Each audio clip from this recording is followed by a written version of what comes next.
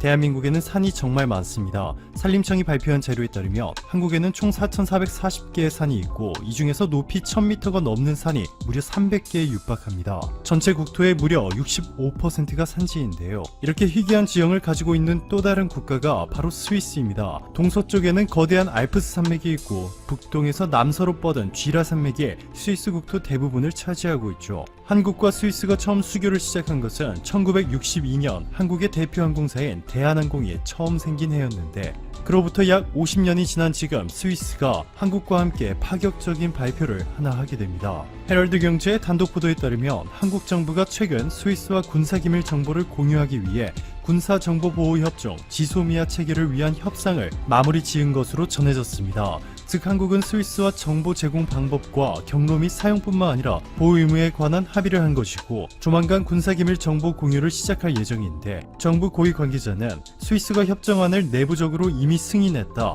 협정 문안에 대한 한국과 스위스의 협상이 끝났고 국내 절차만 남은 상황이다 전했습니다. 지난해 11월 22일 청와대는 일본에 이렇게 선포했죠. 우리 정부는 언제든지 한일 군사비밀 정보보호협정의 효력을 종료시킬 수 있다는 전제하에 2019년 8월 23일 종료 통보의 효력을 정지시키기로 했다 라고 말이죠. 청와대의 깜짝 발표 이후 일본뿐만 아니라 전 세계 언론들이 이를 집중적으로 보도했는데 월스트리트저널은 합의가 만료되기 6시간 전에 한국이 극적인 발표를 했다. 한국은 일본과의 지소미아에 머무르기로 했다. 당분간은 이라며 한국이 언제든 일본과 지소미아를 끝낼 수 있음을 강조했고 중국의 신화통신은 한국이 일본의 수출 규제에 대응해 지소미아 조건부 연장이라는 카드를 꺼냈다. 지소미아가 정상화되려면 일본이 한국의 요구에 긍정적으로 대응할 것이라 예상한다. 보도했습니다. 이번에 한국과 지소미아 체결을 결정한 스위스에서도 뜨거운 이슈로 다뤄졌는데요. 스위스 방송회사 스위스인포는 이번 한국의 지소미아 결정 이전에 이미 한국과 일본의 외교 관계는 최근 수년간 최악의 상황에 치달았다. 한일 지소미아가 파기되면 한국과 일본이 서로 정보를 공유하기 위해 미군을 통해하는 상황으로 되돌아가는 것을 의미한다 전했습니다. 자, 그런데 한국의 파격적인 행보는 여기서부터 시작이죠. 한국이 일본에 3개월이라는 사전 통보 기간 없이 언제든 지소미아를 종료할 수 있다고 선언한 뒤 얼마 지나지 않아서 문재인 대통령이 태국을 방문해 지소미아를 체결했습니다. 문재인 대통령과 프라윕 태국 총리는 정상회담 직후 공동 발표를 통해 한태 군사비밀정보보호협정이 체결된 것을 매우 기쁘게 생각한다. 한태 지소미아를 통해 양국은 국방 및 방산 분야에서 더욱 굳건하게 협력할 것이다 라고 전했습니다. 이 소식이 세상에 공개되면서 심지어 상당수의 국내 언론들조차 도대체 왜 한국이 태국과 지소미아를 체결했는가 의문을 제기했습니다. 북한과 관련된 그 어떠한 정보도 한국보다 태국이 먼저 획득할 가능성은 0에 가깝다고 생각하고 있기 때문이죠. 자, 그런데 여기서 우리가 놓친 부분은 시진트, 이민트, 코민트, 레이더나 통신 감청 등의 첨단 기술을 활용해 정보를 확보하는 것은 한국이 태국을 압도하고 있기 때문에 별 도움이 될 수 없는 것이 사실이지만 휴민트, 즉 인적 정보를 활용한 정보 획득은 태국이 한국에 엄청난 도움을 줄 수 있습니다. 탈북자들의 이동 경로는 북한에서 남한으로 바로 건너오는 것이 아니라 북한에서 중국, 라오스, 태국, 남한 이러한 루트를 거치게 되죠. 이렇게 긴 거리를 이동하는 이유는 단순합니다. 잡히지 않기 위해서. 탈북자들이 한국으로 건너오기 위한 마지막 관문이 바로 태국인 만큼 한국에도 유용한 정보를 제공할 수 있고 실제로 지난 2016년 집단 귀순한 북한 종업원들도 중국, 라오스, 태국을 거쳐 한국에 입국한 것으로 알려졌습니다. 이뿐만이 아닙니다. 태국의 지정학적 가치는 오래전부터 두각을 나타내왔는데요. 미국의 싱크탱크인 전략국제문제연구소의 브라이언 하딩 연구원은 우리는 태국의 지리적 입지에 주목해야 한다. 태국은 동남아시아와 동북아시아, 남아시아를 잇는 다리다 라고 전했고 문재인 대통령은 태국을 동남아의 십자로 라고 표현했습니다. 한국 정부는 신남방 정책을 통해서 동남아시아와 인도에서 한국의 영향력을 빠르게 키워오고 있는데 이보다 한 발 더 앞으로 나아가기 위해서는 그 중심에 있는 태국과 외교적 친밀 관계를 획기적으로 높일 필요가 있었기 때문이죠. 이렇게 태국의 중요한 지정학적 가치 덕분에 현재 태국에는 유엔의 아시아 태평양 지역 경제사회위원회 본부를 포함해서 총 22개의 유엔기구 사무소와 IMF, 아시아 공과대학, 국제적십자연맹 등 12개의 주요 국제기구 기구가 위치해 있습니다. 이들 모두가 태국을 동남아 진출 거점으로 삼고 있는 것이죠. 게다가 현재 태국은 메콩그룹의 리더라고 불리며 아세안 무기 시장에서의 큰 손으로 떠오르고 있는데 지소미아를 통해 합법적인 루트로 태국의 군사력 현황을 낱낱이 볼 수 있게 되었고 그에 따라 한국의 방산 수출이 크게 증가할 것으로 전망되고 있습니다. 방콕 주재 한 고위 관계자는 한국이 태국과 지소미아를 체결하려 한 것은 10년 전부터다. 그런데 지금까지는 태국이 큰 관심을 보이지 않았었다. 하지만 최근 태국이 한국으로부터 무기를 몇 차례 구매했고 그 퀄리티에 크게 만족하면서 한국산에 대한 신뢰가 쌓이기 시작했다. 이번 지소미아를 통해 한국이 태국의 방산시장 활로를 본격적으로 뚫는 데 성공했다. 전했습니다. 이번에 지소미아를 체결한 스위스와도 비슷한 성과를 거둘 것으로 기대되고 있죠. 글로벌 파이어파워가 발표한 자료에 따르면 스위스 군사력은 세계 31호 1년에 5조 원이 넘는 금액을 국방 예산에 쏟아붓고 있습니다. 이는 한국의 절반 수준이지만 스위스 인구가 857만 명밖에 되지 않는 것을 고려한다면 엄청난 액수입니다. 대부분 비공개 사항이라 제대로 파악하기 어려웠던 스위스 방위산업 시장 정보를 지소미아를 통해 한눈에 들여다볼 수 있게 되었는데요. 한 외교 소식통은 이번 한국과 스위스의 지소미아 협상 과정에서 북한과 관련된 정보 공유뿐만 아니라 방산 협력에 대한 논의도 함께 이뤄졌다 전했습니다.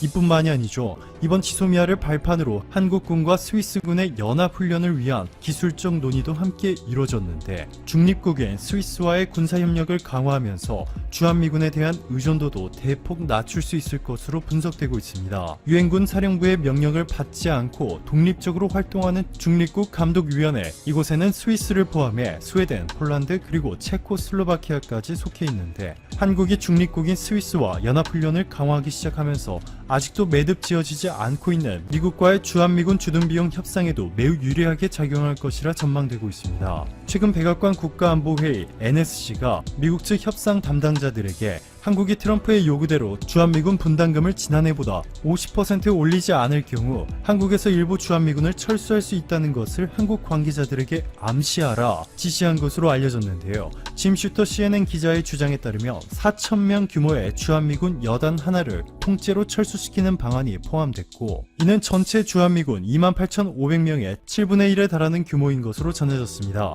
1년 전보다 500% 많은 분담금을 제시했다가 최근 50% 인상안을 제시한 트럼프.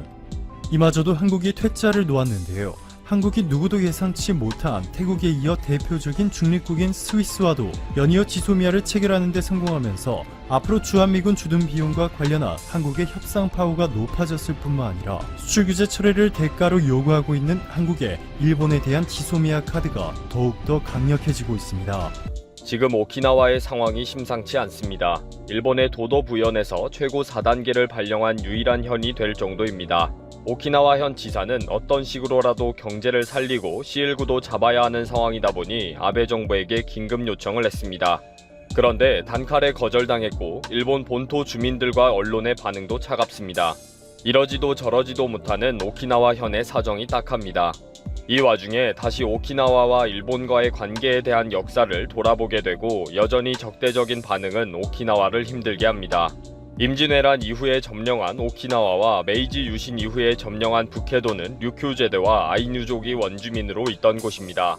일본 본토 주민들과 일본 정부의 이들에 대한 대우와 지역 감정은 지금도 차별적이고 모욕적입니다.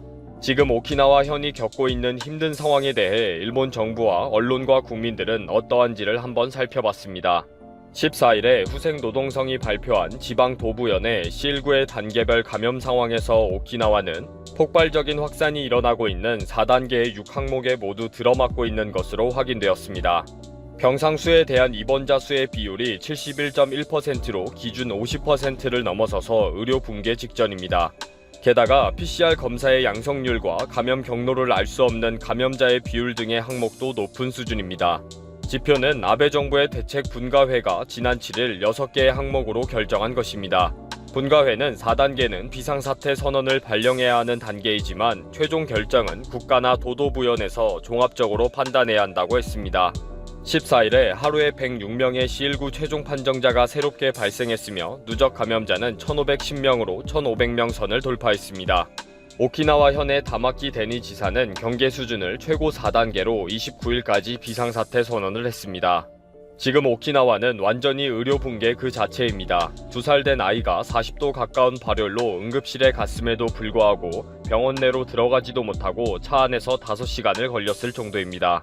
오키나와 지사는 무증상과 가벼운 증상의 의심 환자는 병원에 오지 말고 자택에서 격리하면서 경과를 봐야 한다. 중증 환자들을 먼저 돌볼 수 있는 의료 현장이 되도록 주민들의 적극적인 협조를 간곡히 부탁한다 라고 호소할 정도입니다. 그러면서 현재 107개 곳에서 실시하고 있는 PCR 검사소를 더 확충하겠다. 국가도 도와달라 라고 아베 정부에게 도움을 요청했습니다. 오키나와 현 지사는 지금 오키나와는 비상 상황이다. 현의 조례로 현 외의 방문객들에게 PCR 검사를 강제할 수가 없다. 아베 정부가 PCR 검사를 통과한 사람만 여행사를 통해 들어올 수가 있도록 해야 한다 라고 부탁한 것입니다. 이에 대해 니시무라 경제재생상은 많은 사람에게 모두 PCR 검사를 진행하는 것은 어렵다 라고 거절했습니다. 니시무라 재생상은 현재 하네다와 간사이 공항에서 실시하고 있는 열 감지 체온 측정과 항원 검사하는 대응을 하고 있다. 오키나와에 직원 5명과 대책 전문가 4명과 파견 의료팀 2명을 파견하고 더욱더 지원 체계를 강화하겠다 라고 대답했습니다. 일본 본토에서는 오키나와 현의 이런 간곡한 요청에 대해 불쾌하다는 반응을 보이고 있습니다. 방송에 나온 전문가들의 의견은 실제 오키나와 현에서 C19가 급속도로 확산되는 것은 현 내의 밤의 거리와 주민들 간의 접촉에 의한 것이 대부분이다. 현 외로부터의 반입된 것은 6.7%에 불과하다. 특히 밤의 거리에서 발생한 비율이 절반가량을 차지하고 있기 때문에 회식 등을 자제하는 현민들의 자세가 요구된다 라고 지적했습니다. 기본적으로 본토의 전문가들은 오키나와 현에 대한 요청과 상황을 냉정하게 바라보고 비판하는 입장인 것입니다. 아다르고 어다른 것이 말인데 똑같은 말이라도 오키나와 현의 어려움을 해결해 주려는 호의적인 반응이 아니었던 것입니다. 일본 네티즌들의 반응도 의사의 말이 맞다. 도항자보다 현민들로부터 철저히 검사해라. 일찍 자고 일찍 일어나고 맛있는 것 먹으면서 컨디션을 조절해라. 이것이 중요해. 오키나와 현의 대응이 어중간하네. 모순이 많아서 결국 엉망이 되어버린 것 같다. 지금 상황은 오키나와에서 다른 도부현으로 이동하면 안 된다. 오키나와로 가지도 말고 너희들도 나가지 말아야 한다. 이제 관광객은 포기해라. 왔다 갔다 하면 다른 현은 어떻게 되겠는가.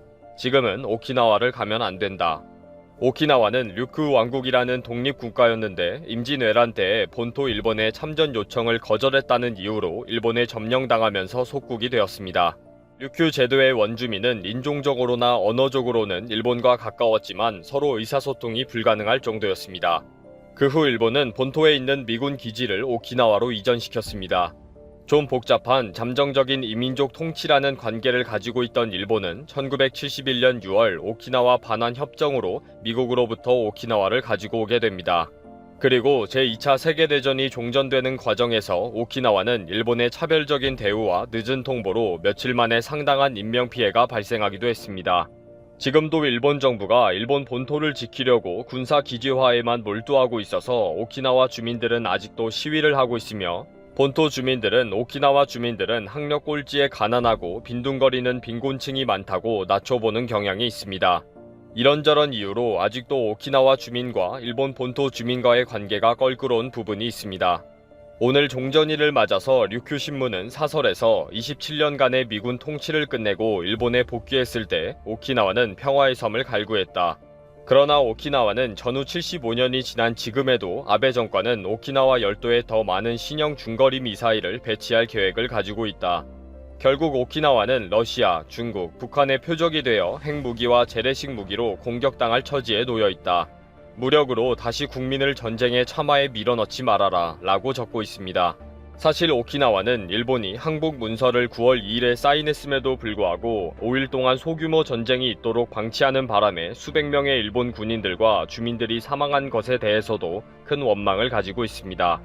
7일이 돼서야 오키나와에 도착해서 항복 문서에 사인을 하게 되면서 벌어진 불행한 일이라는 거죠. 오키나와 주민의 원망과 불만은 일본 본토의 아베 정부를 향해 있지만 일본 정부는 대수롭지 않게 여기고 있다는 것입니다. 최근에도 오키나와를 곤혹스럽게 하는 사건이 터졌습니다. 미국 유력 싱크탱크인 전략국제문제연구소가 발표한 일본의 중국의 영향력이라는 보고서에 중국 정부가 오키나와 신문에 자금을 제공하고 영향력을 미치고 있다 라고 적혀 있었습니다. 오키나와 신문에 근거도 없는 거짓말이다 라는 강력한 항의에 일본인 연구원에 착오가 있었다는 해명이 있었습니다. 그럼에도 본토 일본인들이 오키나와 신문을 바라보는 의심은 거치지 않았고요. 또 오키나와 주민들은 미국 기지 반대 운동을 하는 오키나와 신문은 중국의 앞잡이이다 라는 소문을 퍼뜨린 것도 아베 정부의 정부 내 기관이라고 보고 있습니다. 전문가들도 관제 징후에 의해 지금도 계속적으로 오키나와에 대한 편견을 심고 있다고 지적하고 있습니다. 아베 정부는 오키나와를 무조건 일본 본토를 지키고 있는 반드시 필요한 군사 기지와 1차 방어선 정도로 생각하고 있다고 보고 있는 것입니다. 오키나와 주민들은 이러한 모든 것들이 오키나와를 낮춰보는 일본 정부와 본토 주민들의 인식 때문이라고 보고 있습니다. 오키나와를 대하는 일본 정부와 일본 국민들의 태도는 집단 이지메를 할 때 상대를 깔보고 무시하는 국민성이라고 지적하는 전문가들도 있습니다.